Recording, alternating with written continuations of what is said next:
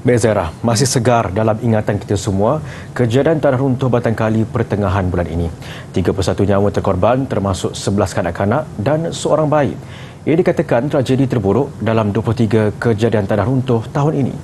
Ya, Bah, operasi mencari dan menyelamat SAR selama 9 hari itu menyaksikan anggota keselamatan bertugas hampir 20 jam sehari dengan faktor cuaca dan keadaan geografi yang mencabar.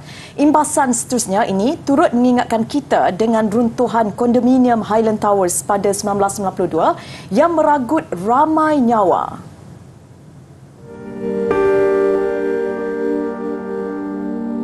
Pada awal pagi 16 Disember lalu, seluruh rakyat Malaysia dikejutkan dengan tragedi tanah runtuh di tapak perkemahan Fathers Organic Farm dekat Gotong Jaya di Batangkali, Selangor. Siasatan JKR mendapati dua runtuhan cerun berlaku dalam selemasa 20 hingga 30 minit di lokasi kejadian yang meranapkan 3 tapak perkemahan.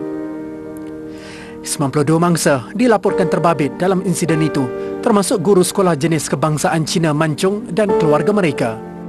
Semuanya tertumpu pada operasi SAR yang menguji kemampuan pasukan petugas susulan struktur tanah yang asal berada pada kedalaman mencecah 16 meter disusuli faktor cuaca hujan. Perdana Menteri Datuk Seri Anwar Ibrahim mengarahkan misi itu dijalankan secara rapi dan sistematik. Selain tapak perkemahan berhampiran sungai, air terjun, lereng bukit dan lokasi berisiko tinggi di seluruh negara dihentikan operasi serta-merta. Pelbagai ikhtiar diambil pasukan petugas mencuri tumpuan media, antaranya melaungkan azan. Allahu Akbar, Allahu Akbar. Allahu Akbar, Allahu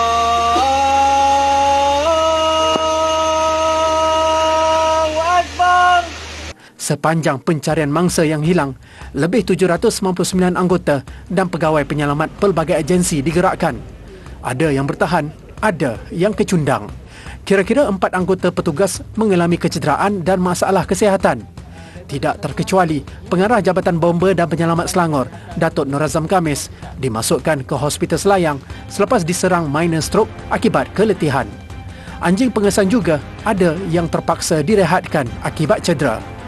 Hari ke-9 mengakhiri operasi SAR, 31 mangsa hilang, kesemuanya ditemui hanya tinggal jasad. Ada yang berpelukan sesama sendiri, tidak kurang juga bersama haiwan peliharaan.